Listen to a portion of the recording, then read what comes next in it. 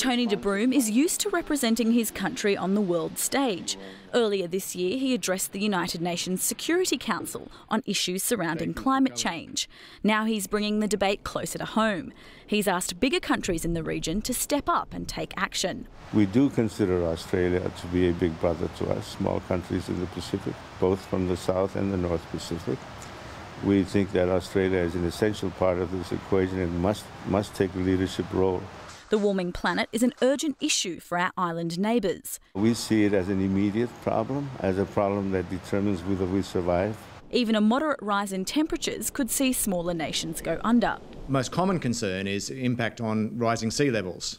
We are seeing the seas rise. We expect that to accelerate in the future. Australia has promised to fund infrastructure projects to help islands adapt to climate change. We spend about $264 million on current programs to work with some of those nations. But as we transfer our asylum seekers to neighbouring countries for processing and resettlement, the question of what to do with environmental refugees remains a vexed one. The UNHCR defines refugees as people fleeing persecution.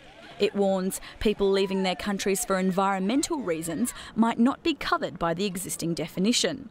Environmentalists and refugee advocates say the global climate exodus has already begun. Well, it's been long and well understood that climate change will displace millions, probably tens of millions of people, unless we actually avoid the worst impacts of it. Changing the definition is unlikely to happen in the current climate. The whole issue of who's a refugee and what we should do with refugees is so controversial that you're not going to be able to revisit that. Which leaves Mr de Broom with a dilemma of what to do if sea levels rise. That would mean the islands would be underwater.